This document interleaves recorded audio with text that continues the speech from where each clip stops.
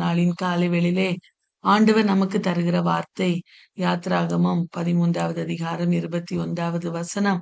அவர்கள் இரவும் பகலும் வழி நடக்க கூடும்படிக்கு கர்த்தர் பகலில் அவர்களை வழிநடத்த மேக ஸ்தம்பத்திலும் இரவில் அவர்களுக்கு வெளிச்சம் காட்ட அக்கினி ஸ்தம்பத்திலும் அவர்களுக்கு முன் சென்றார்.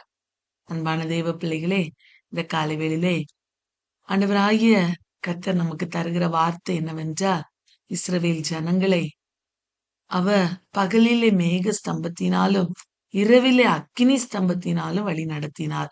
அதே போல உன்னையும் உன்னுடைய குடும்பத்தையும் உனக்குண்டான எல்லாவற்றையும் நான் பகலிலே மேக ஸ்தம்பத்தினாலும் இரவிலே அக்கினி ஸ்தம்பத்தினாலும் நான் பாதுகாப்பேன் என்று சொல்லி அவர் வாக்கு கொடுக்கிறார்.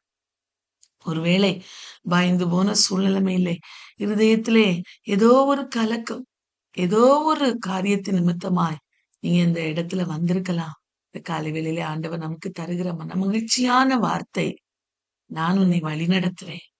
எந்த சூழ்நிலைமையா இருக்கட்டும், ஒருவேளை பயமுறுத்துதலான சூழ்நிலைமையா இருக்கட்டும், அல்லது நம்ம அடுத்த அடுத்த காரியங்களுக்கு நாம் போக முடியாத ஒரு சூழ்நிலைமையா இருக்கட்டும், ஆனா ஆண்டவர் சொல்றாரு, இல்லை, நான் உன்னை வழி நடத்துவேன்.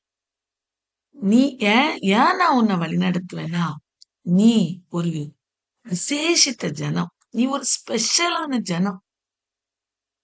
என்னுடைய மகள், என்னுடைய மகன், எனக்கு பிரியமான மகள், எனக்கு பிரியமான மகள், நான் அவர்களை வழி நடத்துவேன் என்று சொல்லி அவர் வாக்கு கொடுக்கிறார். இஸ்ரவேல் ஜனங்களை விசேஷப்படுத்தினார் அல்லவா? 10 வாதைகளை குறித்து நாம் தியானித்தோம்.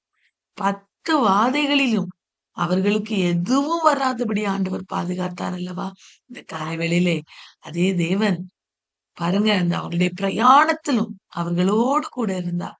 அன்பான தேவ பிள்ளைகளே, பகலிலே மேக ஸ்தம்பமும் இரவிலே அக்னி ஸ்தம்பமும் அந்த கானான் தேசத்துக்கு போகிற வரைக்கும் அவர்களுக்கு பாதுகாப்பா இருந்ததாம்.